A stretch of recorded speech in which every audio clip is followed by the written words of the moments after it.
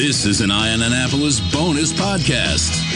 Well, we are joined this morning by Annapolis Symphony Orchestra's maestro, and it's Maestro Jose-Luis Novo. How are you today? I'm good, thank you. We were just talking before we started recording, and of all the years that both of us have been here, we've never crossed paths and never really talked to introduce, so I'm pleased to meet you finally, and actually really sing your praises because you've got such a great thing going on with the Annapolis Symphony Orchestra, despite your little hiatus that you took last year or 2 years ago because of COVID. But you have a great performance coming up, and it's coming up very fast. We're recording this on Thursday, so it is coming up tomorrow night, which is December 17th at 8 p.m. at Maryland Hall, called Holiday Pops. And I honestly can't think of a better way to start off the final week into Christmas, or maybe kick off your winter season, than with a performance by the Annapolis Symphony Orchestra.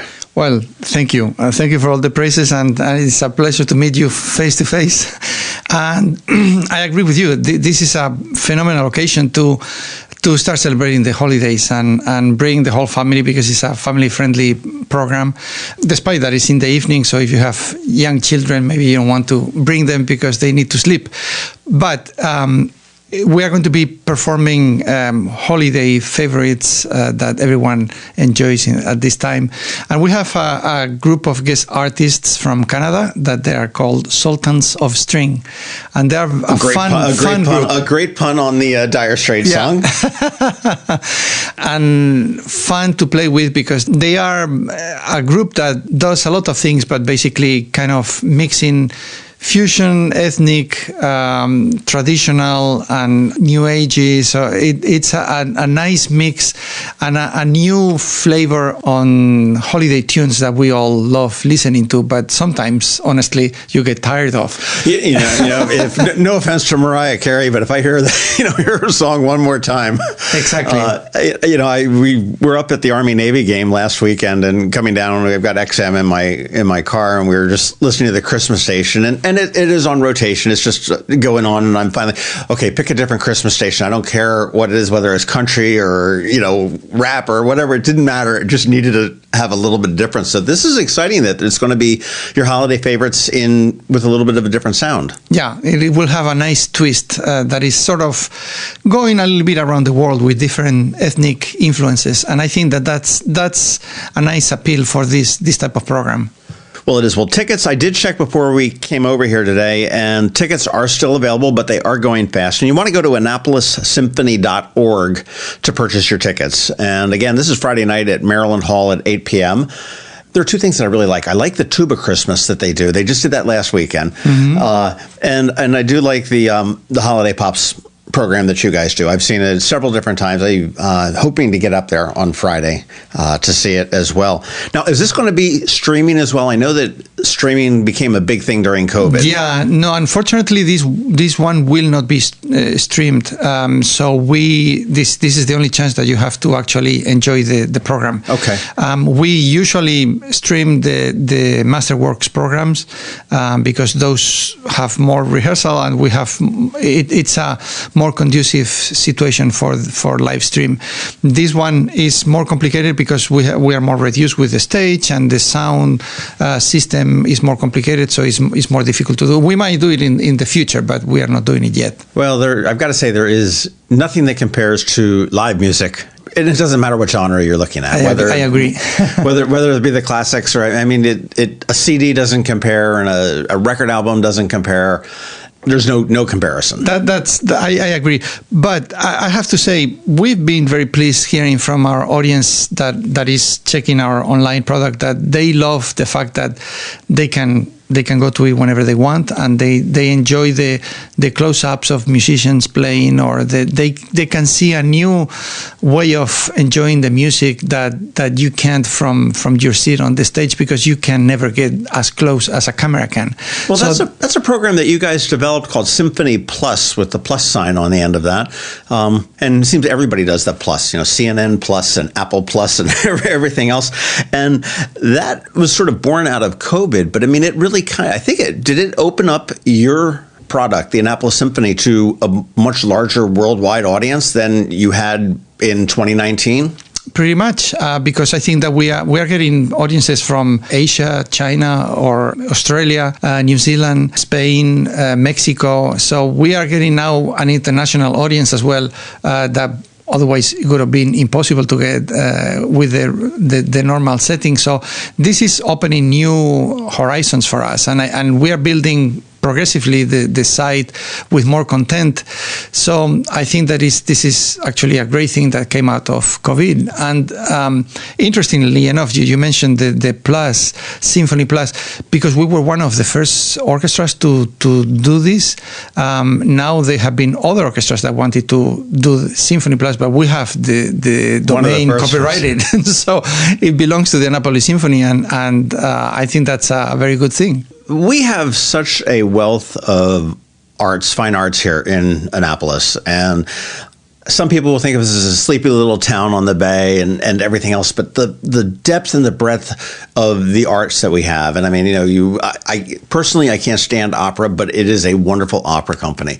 We've got the symphony, we've got the chorale or Live Arts Maryland, we've got the ballet. And then we've got all the activities that the Naval Academy does as well, with the glee clubs and the concerts that they do, their own series of concerts, and all the theater. That was one of the things when I auditioned for the job 16 years ago.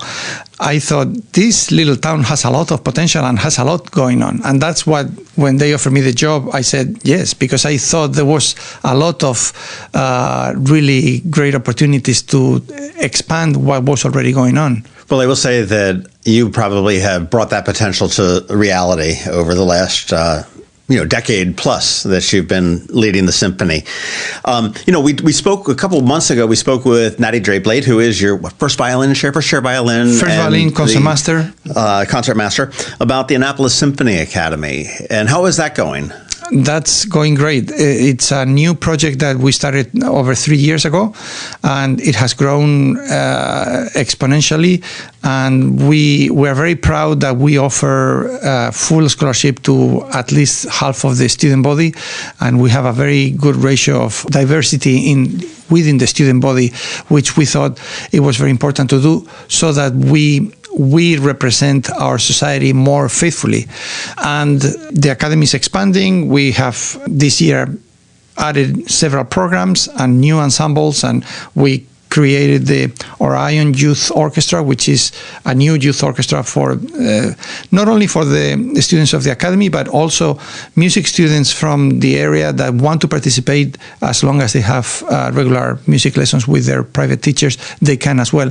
So it's a very welcoming youth orchestra for all young people in the area, and we have our inaugural concert next month on January 15th. So that's going to be very exciting as well. That'll be the first event for 2022 for the Annapolis Symphony. Exactly, and I'm conducting that, so I'm particularly excited. Well, one of the big things on that, with the Annapolis Symphony Academy is, and I'm not in the whole music scene itself, but it's a pretty big deal that you, as the maestro of the parent orchestra, for lack of a better word, you're getting your hands and your fingers dirty working with these kids. You're not, so they're working with the top brass. Absolutely, there's a good musical pun, I guess. But you see, this is exactly what we wanted to do when we started. We said we are very serious about this.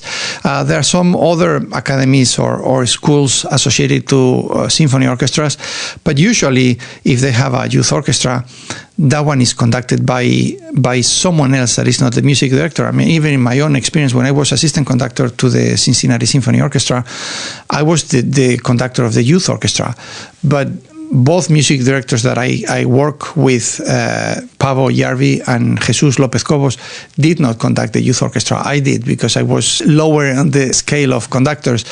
Here, we wanted to send a message that we take it very seriously, and we created the youth orchestra, and we said it's going to be conducted by the music director of the professional orchestra, which tells the students this is how seriously we take it, and this is how high standards we are going to be expecting. It has to be an incentive to the student that's in it. I mean, and these are serious students serious about music. So, yeah. I mean, this is, and I'm sure there's a little bit in it for you, because you're grooming new musicians, perhaps, to join the Annapolis Symphony Orchestra as a professional. Yeah, but down the line. I love working with young people because they are very open to learn, and that's for me the rewarding part. It is more work than conducting a professional orchestra because professional musicians already know how to play. You don't need to spend time explaining technicalities.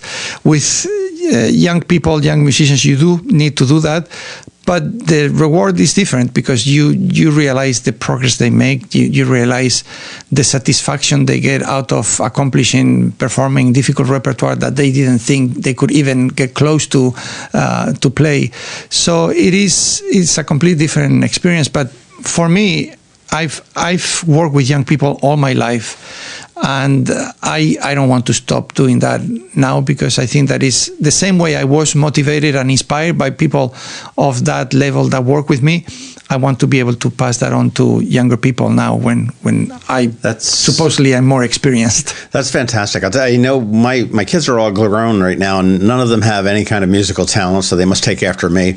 But I remember when my youngest was in probably second or third grade, and they did the Christmas concert with the first and second graders. And I joked with another parent saying, the only thing worse than listening to my kid play the flute, practice the flute at home, is listening to 100 of them do it here in this auditorium of an elementary school. And some of those kids actually stuck with the music throughout their, elementary school, middle school, and high school career. And I saw some of those kids when my daughter graduated high school, and they brought the band in and the orchestra in to play through the graduation. And it's so amazing to see the transformation from that cacophony of noise 10 years ago to this beautiful sound. And I can only imagine that with the Annapolis Symphony Academy and the programs that you guys offer, that just really expands. I mean, you can actually see these kids grow musically. Exactly. But the most beautiful part is offering the exposure to these young people to music. I think that we are complaining always that we don't get enough audiences or that we don't have enough young people in our audiences. The problem is there is not enough exposure of music to young people and older people in general, but especially young people, because the school programs, let's be honest, have shrunk tremendously. The music programs and the arts programs in general at the public schools. So it is more challenging now to appeal to the masses because many of those people have never been exposed to classical music, and there is this concept that classical music is boring, which is the furthest thing from the truth. Exactly. If you have listened to just a few things in classical music, there are tons of exciting things that everyone knows and everyone enjoys. So it's a question of exposing people to the pleasures of listening and performing it. And it doesn't take a whole lot. I know there's a YouTube series, and it's two kids that I'm going to make some assumptions. I think they're probably inner city New York kids. They're African American, and they've grown up in a rap world. Mm-hmm. And they put on headphones, and they'll put on Something in the Air Tonight by Genesis, or just a music that wasn't in their world. Yeah. And they're listening to it for the first time, and they're videotaping their reaction to the different, like that drum solo in that one where it's a bum, bum, bum, bum, bum. And they're like, and you can see that these kids, I mean, they may not be running out to the next concert, but they've now opened up a whole different genre to that. And I think that's really with anything that we got going on, certainly with you, that if you're not a fan per se of classical music, come here and see the beauty of it. Exactly. You don't lose anything. I think the thing that I encourage people to do is just come, listen, and have no expectations. We don't have any expectations. We are happy to see you in our concerts, and we hope that you enjoy some of it or all of it, and the music will tell you. If you enjoy it, you'll come back. If you don't enjoy it, you don't have to, and there's nothing wrong with that either. That's right. We all have our different likes. Yeah. Well, this one, the Holiday Pops, which is going to be again Friday the 17th at 8 p.m. at Maryland Hall, has the Sultans of String that's going to be playing with you, and again, that's mixing up. I mean, so this is not necessarily just the traditional orchestra music, just playing this. I mean, we've got vocals, we've got all sorts of different strings that are coming there. Percussion. We have electric guitars, we have electric violins. So have you done a lot of those before? The mixing of genres? Well, when we do popular concerts or pops concerts, usually you do that. So yeah, pretty much I've done that all my professional career, combining. I mean, I do more of the only classical symphonic music, but I do pops concerts regularly as well. So do you enjoy that? I do, because it's a different way of relating to an audience, and usually it's a different audience. The expectations are lower. People are there to have fun. I usually talk to them more through the performance, and you are there just for the high ride and to enjoy the music and have fun. And I would say there is a lot of variety in every pops program, because there are lots of different things that you can do with a symphony orchestra that is not necessarily a symphony, but a combination of styles, and that's always interesting. It's funny, I've got a friend of mine was the front man of a band called the Hooters out of Philadelphia, and they still tour, and they've done a couple different tours with different symphonies across Europe. Mm-hmm. And it's a fairly ska, kind of a rocky band, but they will come out and the orchestra will come out, and it's, typical of the strings and the woodwinds and the crescendo builds up. And then by the middle of the piece, this is just this hard rocking rock and roll song, the heavy electric guitars, the drums, the keyboards, and the orchestra is backing them up, and then they fade into the back, and then the orchestra ends up closing it out. It's just, you see this and you're like, wow, okay, I expected Tchaikovsky or Mozart, and I'm getting... and you have to be dead not to react to that, because it's so exciting that even if you don't really like the music, it's still very exciting. It's like riding a car or a very fast machine. It's just exhilarating, because you get that rush of adrenaline that is produced by being in front of a situation that is unexpected and that it doesn't happen very, very often. Well, and again with live music too, the one thing that I do like is that there's a physical feeling. I mean, you can feel the vibrations of the music, and it's true in a concert or in any rock and roll concert or anything. But I mean, you're not going to get that with a CD. You're not going to get that on streaming, and that's the beauty of it. There, absolutely. Question for you: Are you a pure classical guy? Mostly, okay. Meaning that if I do other types of music or I don't listen to all that my music, because I'm making music all the time. So okay, but if this was 20 years ago and we had iPods, I guess we'll fast. What's on your playlist on your iPhone? It's not classical. My playlist that is not classical, you would find some jazz. You would find some songs of. How do you call the author songs? It's like the songs by intimate singers that they have written their own songs. That is not necessarily a big group. I enjoy a lot those songwriters that they have provided their own repertoire, like Jacques Brel or Joan-Manuel Serrat or John Baez, or this type of very singers with a lot of personality that have written their own songs, oftentimes inspired in poetry by great writers. I enjoy that a lot. And lastly, as we start to wrap up, I mean, how can we? The obvious way to support the Annapolis Symphony is to go to the darn show. Absolutely, buy a ticket, grab a seat, and feel the music and enjoy it. How else can we support the Annapolis Symphony? Well, you can support it in many different ways. You can always give a donation, and you can do that at our website. You can subscribe to our full season. You can subscribe to the mini season that we are going to be doing at Strathmore Center in North Bethesda, which is phenomenal because it's a wonderful concert hall. You can subscribe to our Symphony Plus, which is the digital version of our product. And the beauty of that is that you can access not only the concerts of this season, but also the concert from last season and all the pre-concert preparation that we do, like the ASO chats in which I tend to explain what the music is about and what the concert is about with hosts that so it's a lot of interesting things that you can get, and plus this 12 days leading into Christmas, we are doing also a campaign of 12 days of music. We are offering every day a little snippet of music by our musicians in the orchestra for free to everyone. So you can sign up for that and you will receive every day. Today we are on our third day. On all the way until December 25th, you'll get a musical gift just to enjoy. It's 5 to 10 minutes long.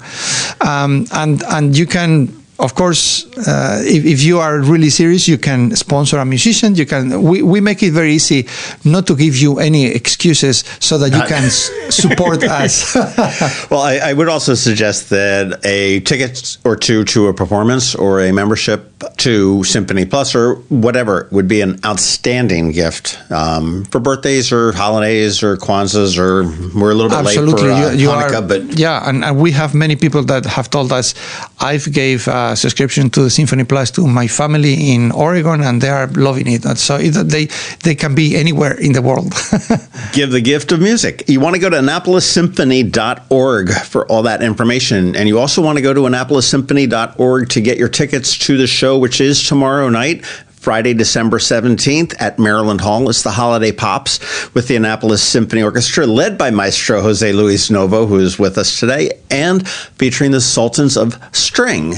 And I would say, don't wait too long, because we usually sell out these concerts. And last time we hosted the Sultans of String, which was 5 or 6 years ago, we sold out. So, yeah, I did look before we started recording. There are a few tickets left, but again, they're probably going to be gone pretty quickly there. Oh, and one thing I should probably mention, that Maryland Hall, because it is still owned by the Anne Arundel County School District, they still have a masking policy. So everybody is required to wear a mask when they do come into Maryland Hall. And we should all be used to that by now after 2 years. But does the symphony have any specific requirements? Yeah, for the safety of everyone, the musicians, the people working at Maryland Hall, and our audiences, we require that everyone is vaccinated. Okay, fair enough. So you want to make sure that you bring your vaccination card or a photo of it on a cell phone. Will that work? That will work. And you can also do it through an app prior to the concert, and you can access all that information through our website. So I want to thank you so much for your time this morning. Did we say break a leg? Yeah, you can. Okay, break a leg tomorrow. And, I wish you a very Merry Christmas. And I think, thank you for bringing music to Annapolis and giving us the level of music that we have here. And you are just such an asset to our community. And I do appreciate that. Thank you. My pleasure. This has been a bonus podcast from Eye on Annapolis. Please visit us at eyeonannapolis.net. Follow us on Facebook at All Annapolis and on Twitter at Eye on Annapolis. And if you haven't subscribed to the Daily News Brief podcast, go for it. And all of your local news will be delivered to your phone, tablet, or smart device by 6 a.m. every Monday through Friday.